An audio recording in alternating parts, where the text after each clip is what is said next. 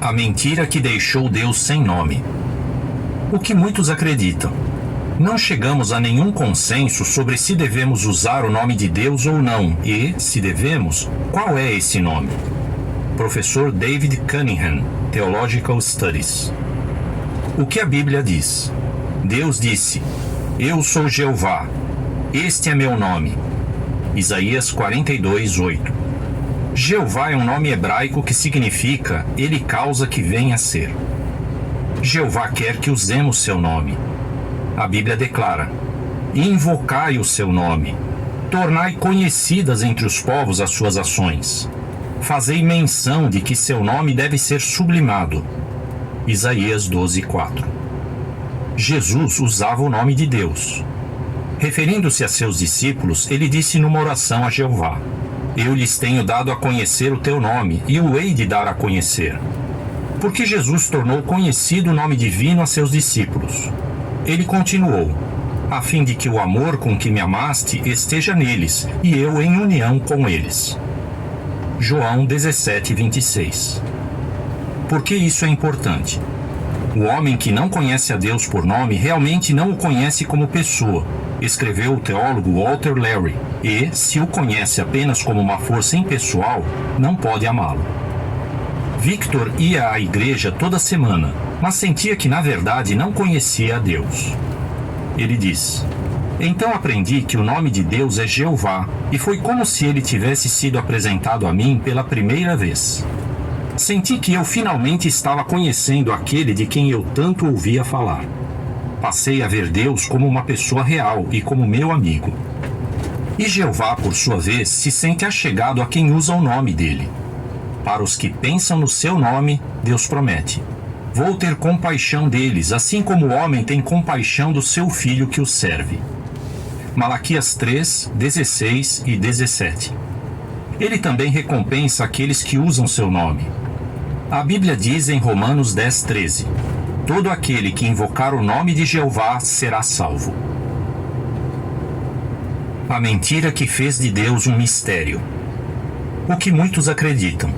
A cristandade, em suas três formas clássicas de catolicismo romano, ortodoxia oriental e protestantismo, admite um Deus em três pessoas: o Deus Pai, o Deus Filho e o Deus Espírito Santo. De acordo com a teologia cristã, eles não são três deuses, mas essas três pessoas são essencialmente uma.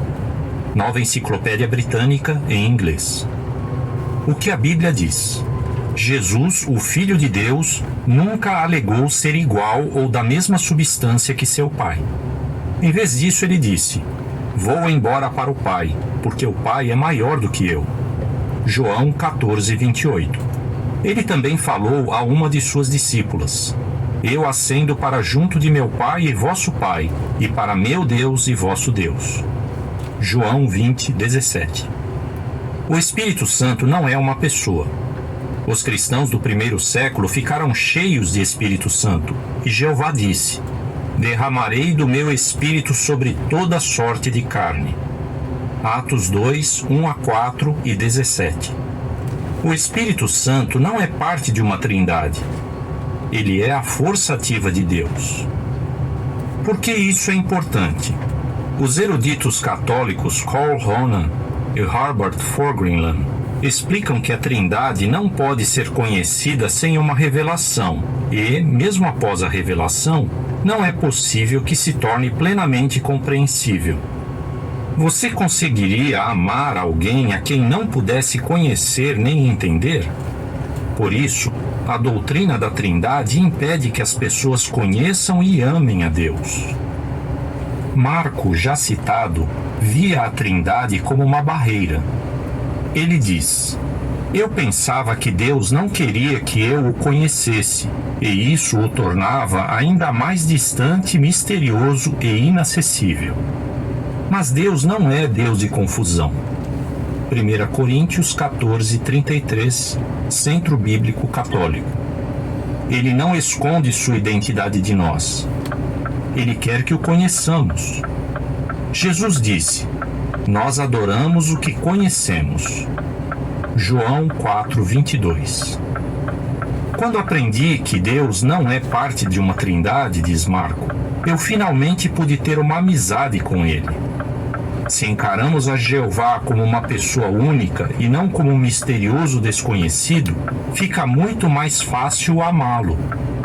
A Bíblia diz em 1 João 4,8: quem não amar não chegou a conhecer a Deus, porque Deus é amor.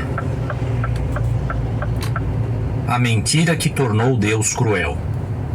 O que muitos acreditam. As almas dos que morrem em estado de pecado mortal descem imediatamente após a morte aos infernos, onde sofrem as penas do inferno, o fogo eterno. Catecismo da Igreja Católica.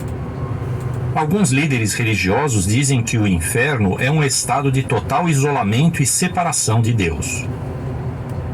O que a Bíblia diz? A alma que pecar, ela é que morrerá. Ezequiel 18:4. Os mortos não estão cônscios de absolutamente nada. Eclesiastes 9:5. Se a alma morre e está inconsciente, como ela poderia sofrer num fogo eterno, ou mesmo sentir a dor de ficar separada de Deus para sempre? Na Bíblia, as palavras em hebraico e grego traduzidas inferno se referem à sepultura comum da humanidade. Por exemplo, falando de Jesus, uma profecia bíblica diz: tu não me abandonarás no sepulcro ou no inferno, versão Antônio Pereira de Figueiredo. Atos 2:27, nova versão internacional. É óbvio que Jesus não estava em um lugar de tormento ou alienado de Deus, mas em uma sepultura. Por que isso é importante? A crueldade não nos atrai a Deus, mas nos afasta dele. Rocio, que vive no México, diz: aprendi a doutrina do inferno de fogo quando era pequena. Eu ficava tão apavorada que não conseguia imaginar Deus como alguém bom. Eu achava que ele era bravo e intolerante.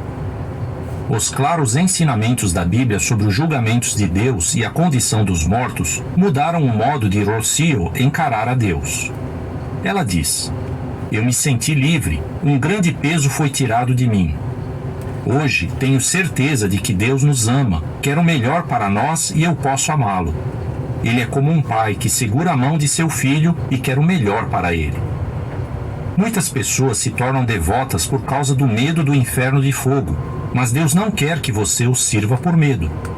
Jesus disse: tens de amar a Jeová teu Deus.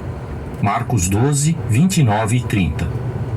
Além disso, ao aprendermos que Deus não age injustamente, podemos confiar que seus julgamentos futuros serão sempre justos. Como amigo de Jó, Eliú, podemos dizer com confiança o que está registrado em Jó 34:10. Longe está do verdadeiro Deus agir ele iniquamente, e do Todo-Poderoso agir injustamente. Fim do artigo.